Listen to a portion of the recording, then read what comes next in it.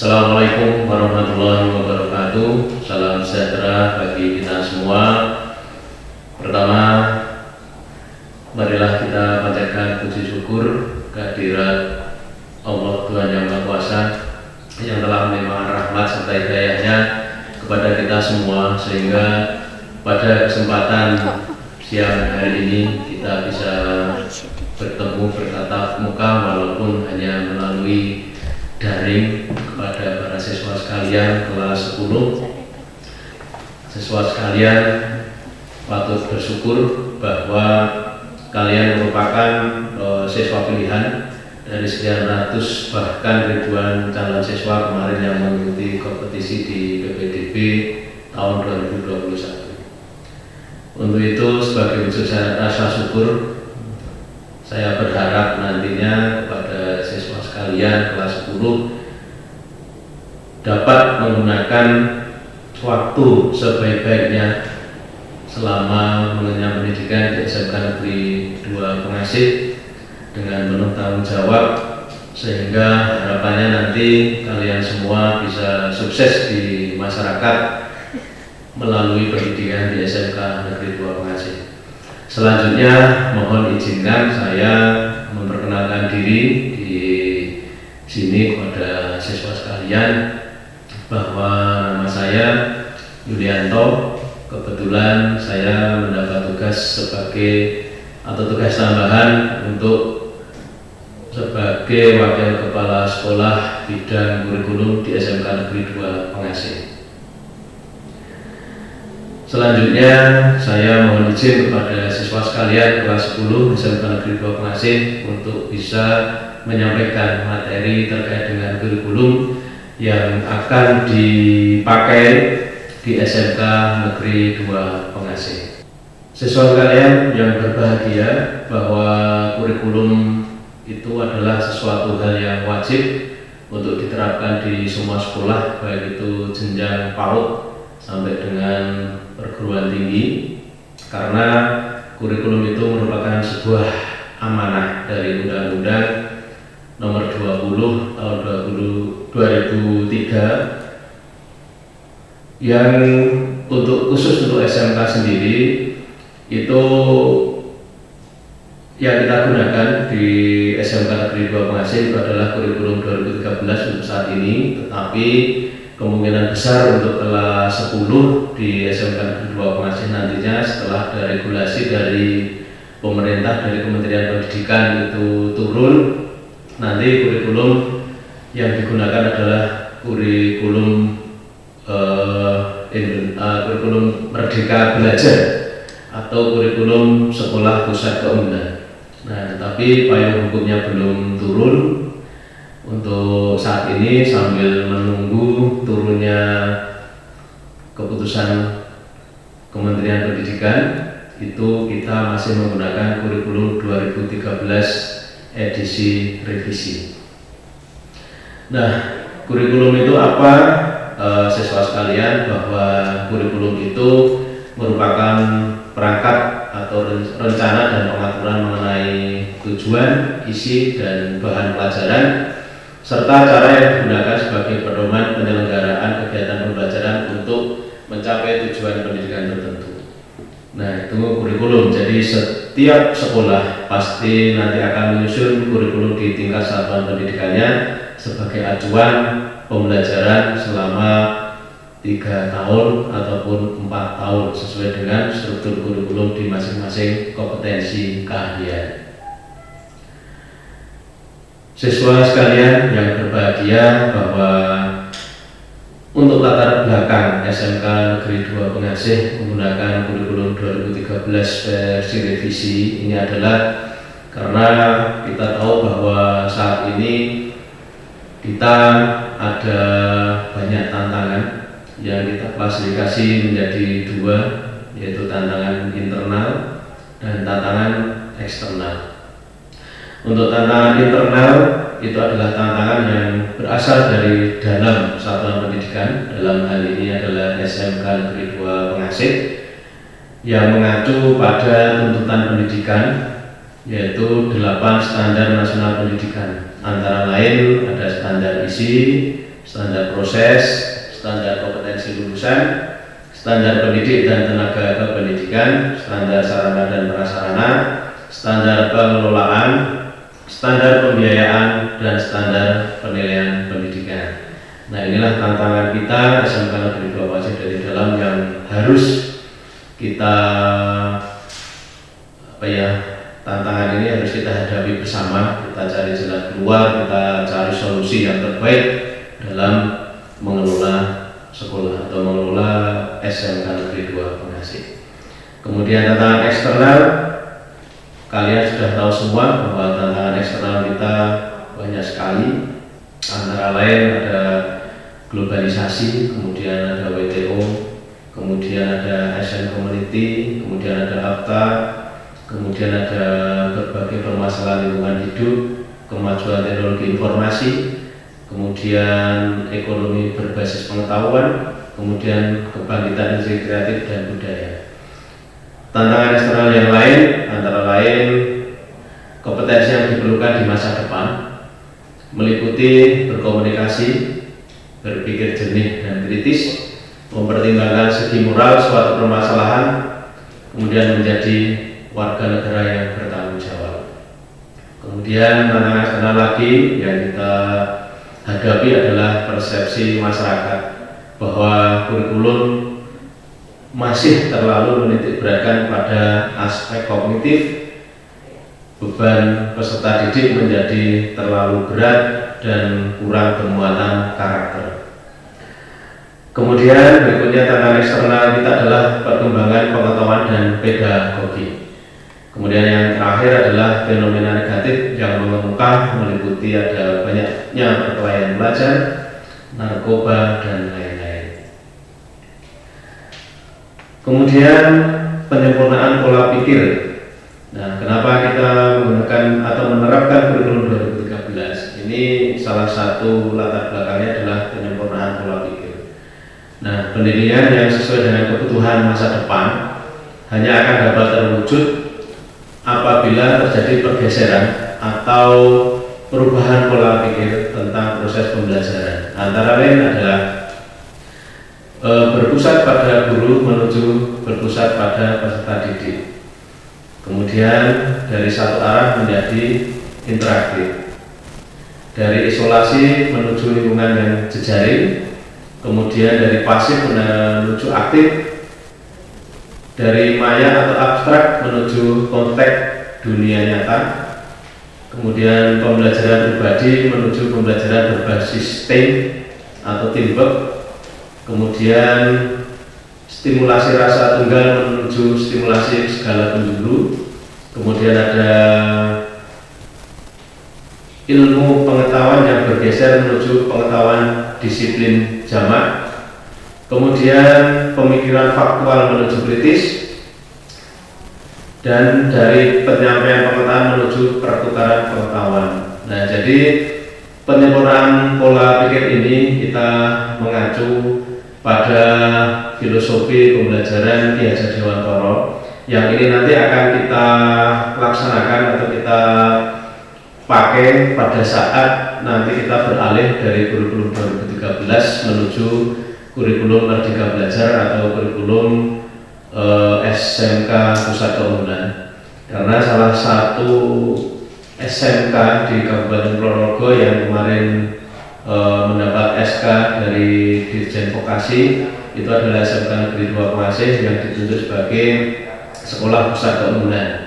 Nah, dengan ditunjuknya sekolah pusat keunggulan itu nantinya di SMK Negeri 2 Pengasih mulai dari kelas 10 itu nanti pola pembelajarannya kita akan mengacu pada filosofi pembelajaran Ki Hajar Dewantara. Kemudian profil pelajarnya nanti dengan harapan bahwa profil pelajar yang akan dididik oleh SMK Negeri 2 Pengasih adalah profil belajar Pancasila. Nah, intinya semua nanti berpusat kepada peserta didik, kemudian sampai evaluasinya itu sesuai dengan karakteristik peserta didik. Jadi akan jauh berbeda sekali antara penerapan kurikulum 2013 dengan kurikulum Merdeka Belajar. Akan tetapi sampai saat ini untuk SMK sendiri payung hukumnya belum keluar, yang keluar baru PAUD sampai SMA. Jadi SMK kita masih nunggu. Mudah-mudahan di awal tahun pelajaran ini sudah turun sehingga nanti kurikulum untuk kelas 10 nanti akan ada perubahan, tidak menggunakan kurikulum 2013 lagi, tetapi menggunakan kurikulum untuk kurikulum Merdeka Belajar. Kemudian latar belakang berikutnya kita menerapkan kurikulum 2013 adalah penguatan tata kelola kurikulum. Kurikulum 2013 dilakukan penguatan tata kelola sebagai berikut. Yang pertama adalah penguatan tata kerja guru lebih bersifat kolaboratif. Kemudian penguatan manajemen sekolah melalui penguatan kemampuan manajemen kepala sekolah sebagai pimpinan kependidikan atau educational leader. Kemudian penguatan sarana dan prasarana untuk kepentingan manajemen dan proses pembelajaran. Nah, penguatan materi yang dilakukan itu antara lain dengan cara pengurangan materi yang relevan serta pendalaman dan perluasan materi yang relevan bagi peserta didik. Nah, pada penguatan materi ini nanti pelajaran yang akan disampaikan kepada seluruh siswa, baik itu nanti kelas 10, kelas 11, 12 maupun 13, ini adalah mata pelajaran yang esensial. Jadi mata pelajaran yang mengacu pada SKKNI yang nantinya akan diujikan di LSP atau Lembaga Sertifikasi Profesi. Di semua jurusan nanti ada LSPP 1, LSPP 2 maupun LSPP 3. LSPP 1 itu apa? LSPP 1 itu adalah lembaga sertifikasi profesi yang dimiliki oleh sekolah. Dalam hal ini SMK Negeri 2 Pengasih alhamdulillah sudah punya lisensi untuk menguji siswanya sendiri. Kemudian nanti ada LSPP 3 itu dari industri. Nah, pelajaran esensial ini nanti benar-benar akan diberikan kepada seluruh siswa dengan acuan bahwa materi pelajaran itu adalah materi pelajaran yang nantinya itu akan diuji sesuai dengan klaster yang ada di LSP P1 maupun P2 maupun LSPP 3. Kemudian karakteristik kurikulum 2013. Nah, kurikulum 2013 ini dirancang dengan karakteristik sebagai berikut.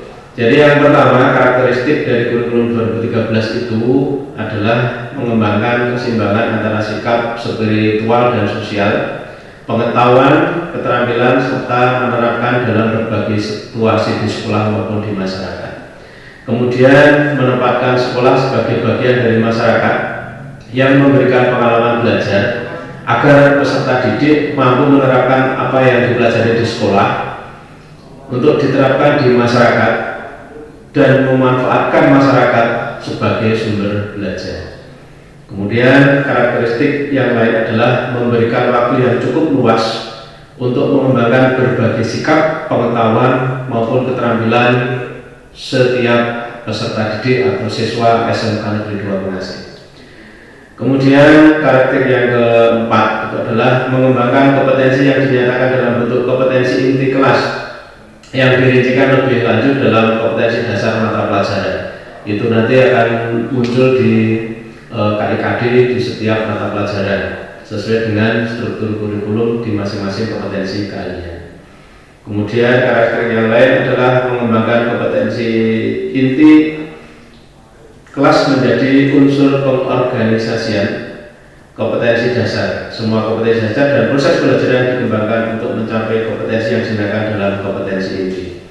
Jadi nanti dalam pengembangannya dalam proses pembelajaran kompetensi inti ini nanti akan dijabarkan pada kompetensi dasar yang harus dipelajari oleh seluruh siswa. Kemudian karakteristik yang terakhir ini adalah mengembangkan kompetensi dasar berdasar pada prinsip akumulatif memperkuat dan memperkaya antar mata pelajaran dan jenjang pendidikan. Kemudian pendekatan untuk pembelajaran pada kurikulum 2013 itu adalah pendekatan saintifik. Apa itu pendekatan saintifik?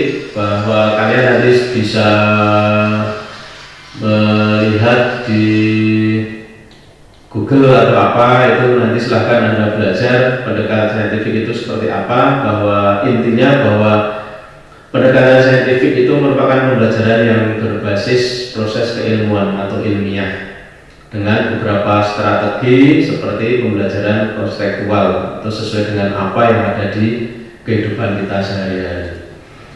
Nah, nanti kalau payung hukum sekolah pusat keunggulan dengan kurikulum Merdeka Belajarnya, maka pendekatan ini akan berubah.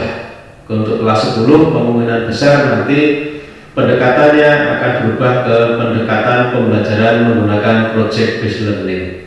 Apa itu pembelajaran project based learning? Itu nanti adalah proses pembelajaran yang intinya nanti akan setiap pembelajaran itu menghasilkan sesuatu. Nah, sesuatu itu adalah sesuatu yang bisa digunakan dan bermanfaat untuk orang lain, bisa benda kerja dan sebagainya.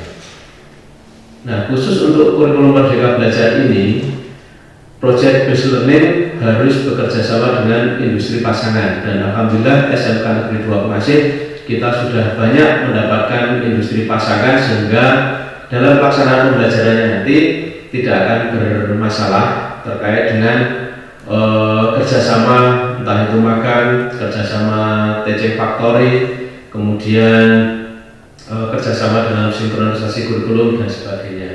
Jadi nanti apapun yang akan dikerjakan oleh sekolah itu nanti akan bekerja sama dengan industri.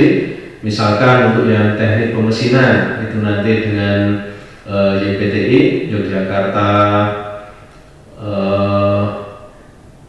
salah satu industri di Yogyakarta. Kemudian ada lagi industri CNC Kontrol Indonesia, itu membuat part dari mesin CNC, itu juga nanti akan dikerjakan oleh siswa-siswa sekalian di SMK Negeri 2 Pengasih. Nah, inilah salah satu contoh nanti pendekatan model pembelajaran yang akan digunakan di SMK Negeri 2 Pengasih, yaitu menggunakan project based learning. Nah, kemudian struktur kurikulum yang akan digunakan di SMK Negeri 2 Pengasih itu nanti setiap kompetensi keahlian itu akan berbeda. Nah, nanti akan kita tampilkan struktur kurikulumnya. Kemudian nanti siswa sekalian bisa melihat dalam waktu 3 tahun atau mungkin 4 tahun belajar di SMK Negeri 2 Pengasih itu apa saja yang nanti akan dipelajari.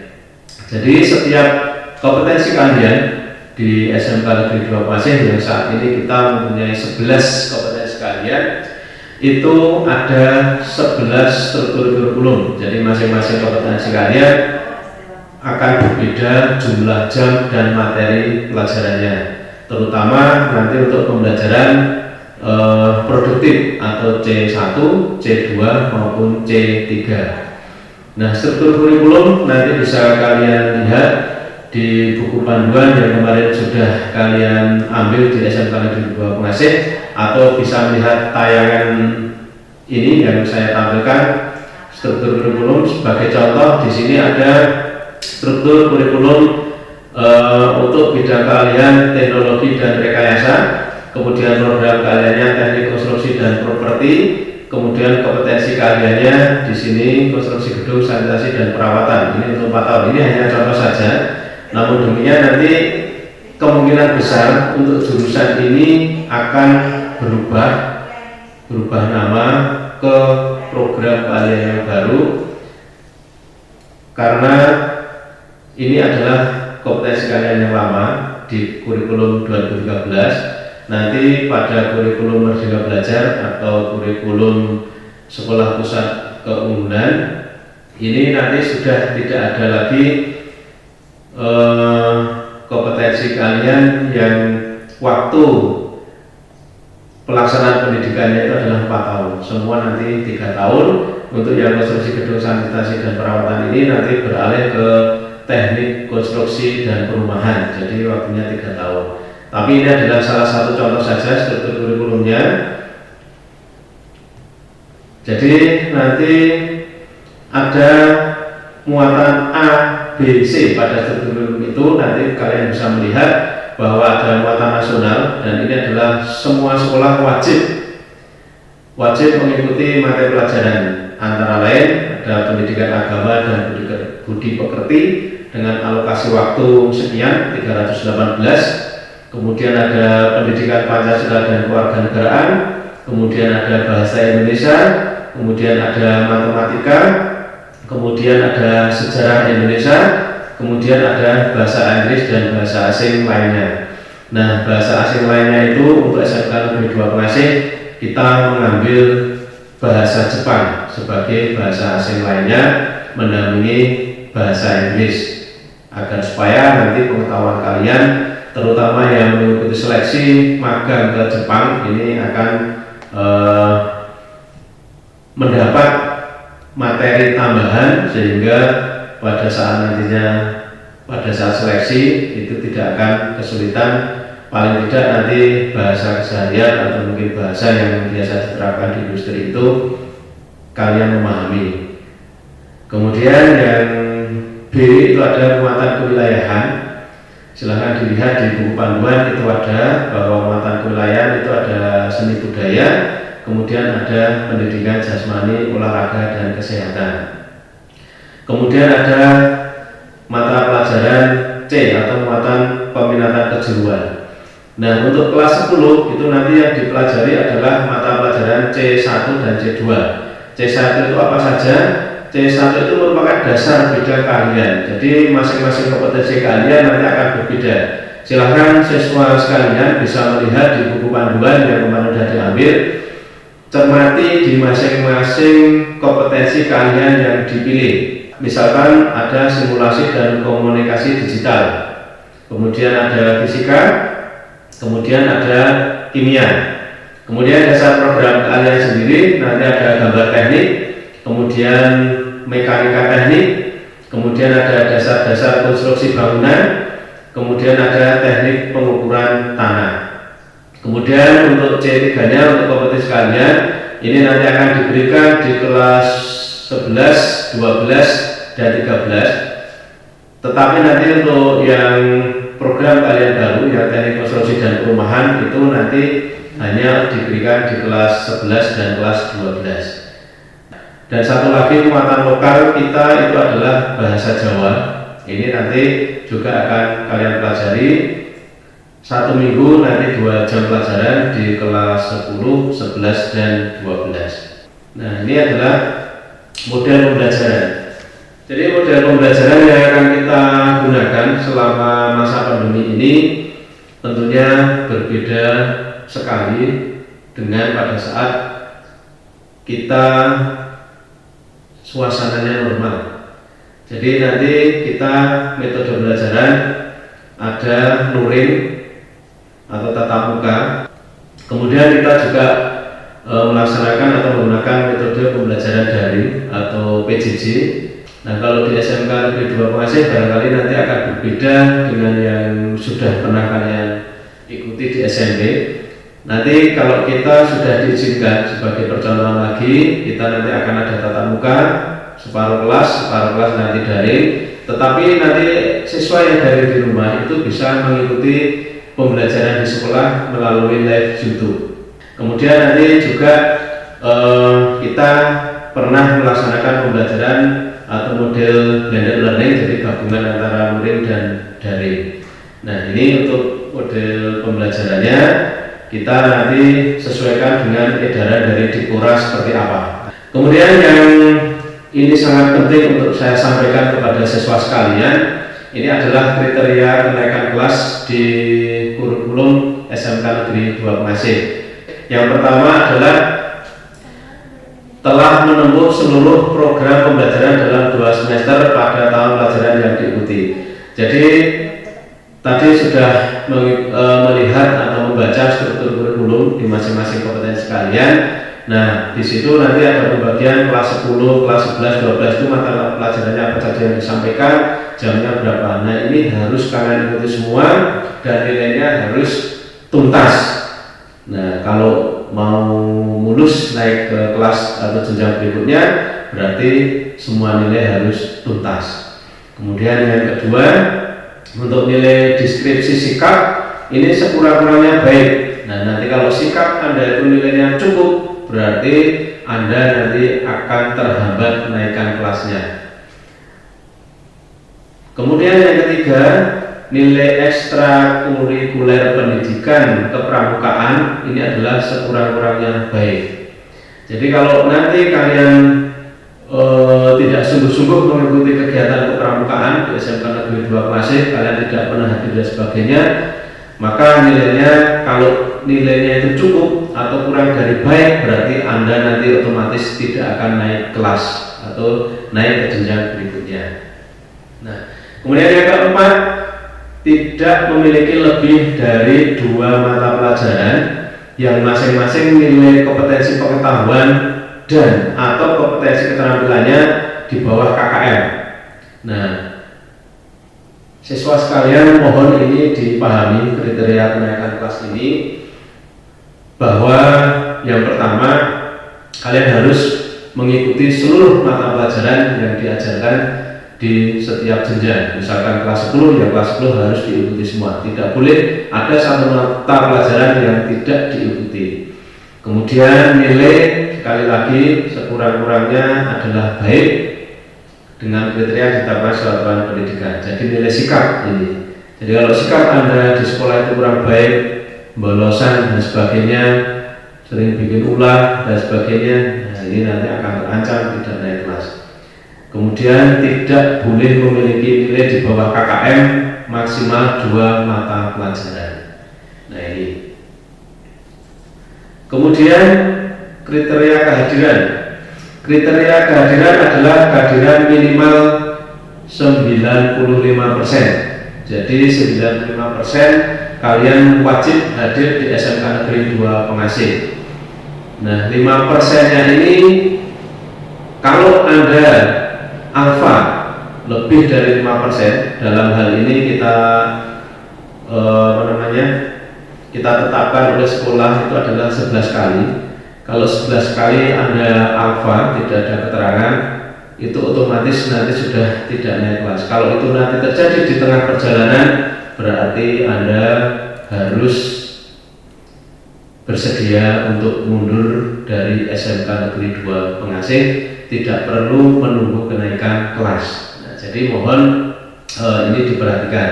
Jadi nilai tidak boleh ada yang di bawah KKM lebih dari 2, kemudian semua mata pelajaran diikuti, kemudian kehadiran minimal 95%. Kalau sakit dan sebagainya atau izin resmi ke sekolah itu dianggap masuk. Jadi 5% itu adalah 5% kalau kalian tidak masuk atau alfa. Nah ini kalian tidak akan naik kelas atau naik ke jenjang berikutnya. Nah resikonya kalau tidak naik kelas, sesuai dengan kurikulum di SMK Negeri 2 Pengasih, bahwa untuk kelas 10 kalau tidak naik kelas, otomatis nanti harus mengikuti PPDB dari awal, atau nanti bisa melanjutkan lagi di kelas yang sama di tahun ajaran berikutnya. Nah, silahkan nanti kalian kalau tidak naik ya harus mengulang di kelas itu. Kalau yang kelas 11 sudah nanti mengulang di kelas 11. Kalau kelas 13 ya nanti diberi kesempatan mengulang di kelas 13 dan hanya 1 kali.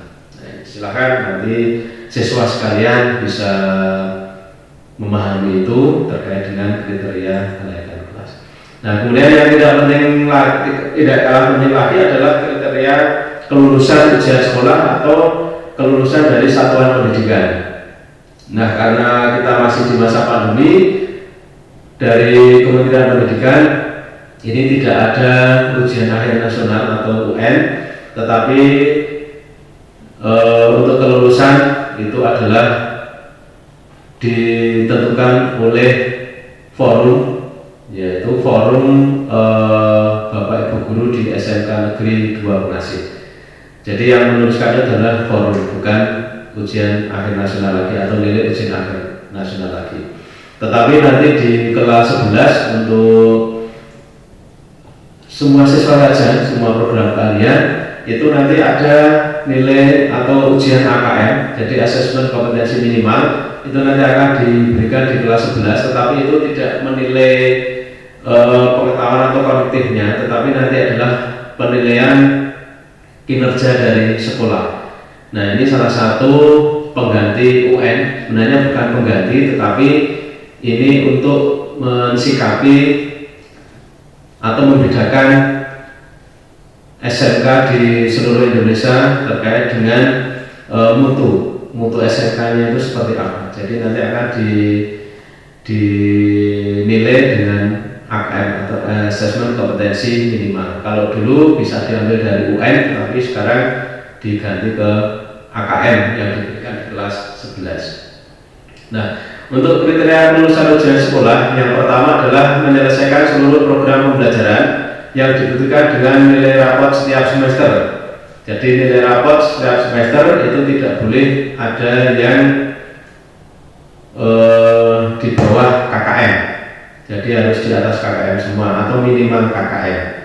Kemudian memperoleh nilai minimal KKM pada penilaian akhir untuk seluruh mata pelajaran. Kemudian lulus ujian sekolah. Kemudian mempunyai nilai sikap perilaku minimal baik.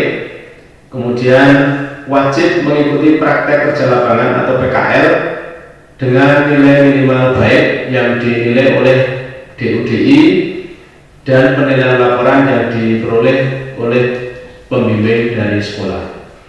Kemudian harus lulus uji kompetensi kalian, di mana di SMK Negeri 2 Pengasih itu nanti yang akan dilaksanakan adalah menggunakan LSP P1, P2 maupun P3. Jadi tergantung nanti di lapangan itu sertifikat yang banyak dipakai atau yang diakui itu apa. Nah, alhamdulillah kita sudah terlisensi sehingga nanti siswa sekalian setelah naik sampai kelas 3 itu tidak perlu ujian di luar. Ujian nanti di SMK Negeri 2 Pengasih. Dan alhamdulillah SMK Negeri 2 Pengasih juga menjadi tempat ujian yang diikuti oleh sekolah lain atau sekolah sejaring di wilayah Kabupaten Purworejo, bahkan ada yang sampai Jawa Tengah dari Kabupaten Purworejo dan sebagainya. Nah, ini kita patut berbangga.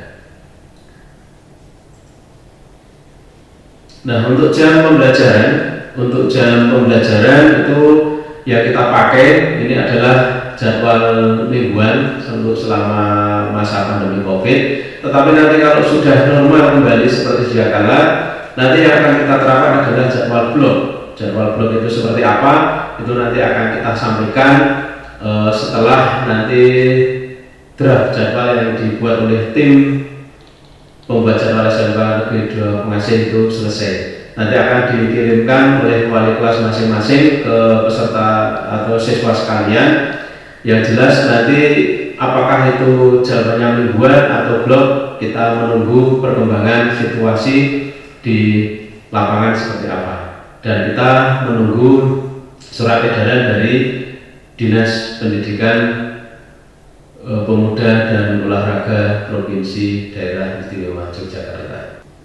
Kiranya itu anak-anakku sekalian, siswa kelas 10 terkait dengan kurikulum yang diberlakukan di SMK Negeri 2 Pengasih. Jadi yang paling penting, paling krusial itu adalah kalian harus memahami kriteria kenaikan kelas maupun kriteria kelulusan, sehingga kalian dalam menjalani pendidikan di SMK Negeri 2 Pengasih selama 3 tahun itu nantinya akan mempunyai sebuah strategi. Ya, strategi bagaimana caranya nanti saya harus bisa naik kelas dengan nilai maksimal, bagaimana caranya nanti kita bisa lulus dengan nilai maksimal, dengan harapan nanti kalian dengan bekal belajar di SMK Negeri 2 Pengasih ini nanti akan bermanfaat dan kemudian nanti di masyarakat bisa diaplikasikan. Dan semoga nanti siswa sekalian yang terutama kelas 10 ini mudah-mudahan nanti dalam menempuh pembelajaran selama 3 tahun tidak ada kendala, dan setelah lulus dari SMK Negeri 2 Pemasin nantinya bisa berkiprah di masyarakat sesuai dengan cita-citanya masing-masing, baik itu yang ingin bekerja, baik itu yang ingin melanjutkan ke perguruan tinggi dan lain-lain. Demikian siswa sekalian paparan dari kurikulum. Barangkali nanti ada pertanyaan atau mungkin ingin diskusi dan sebagainya, nanti ada ruang tersendiri melalui Google Meet yang akan di-share oleh pendamping kalian masing-masing. Dan sebelum kita akhiri, mari kita zel-zel terlebih dahulu. Barangkali kalian belum tahu zel-zelnya itu seperti apa untuk SMK. Nanti bisa kita coba pada saat Google Meet, nanti kita bersama-sama kita tampilkan videonya di situ, kita zel-zel tentang SMK. Jadi zel-zel untuk SMK itu adalah yang pertama, kita sambil mengepalkan tangan. Nah, nanti kita, kalau saya bilang SMK, Anda jawab bisa. Kemudian saya SMK, Anda jawab hebat. Kemudian kita bareng-bareng mengatakan vokasi kuat menguatkan Indonesia. SMK bisa, SMK hebat, vokasi kuat menguatkan Indonesia. Demikian yang bisa saya sampaikan. Maaf, akhiri. Assalamualaikum.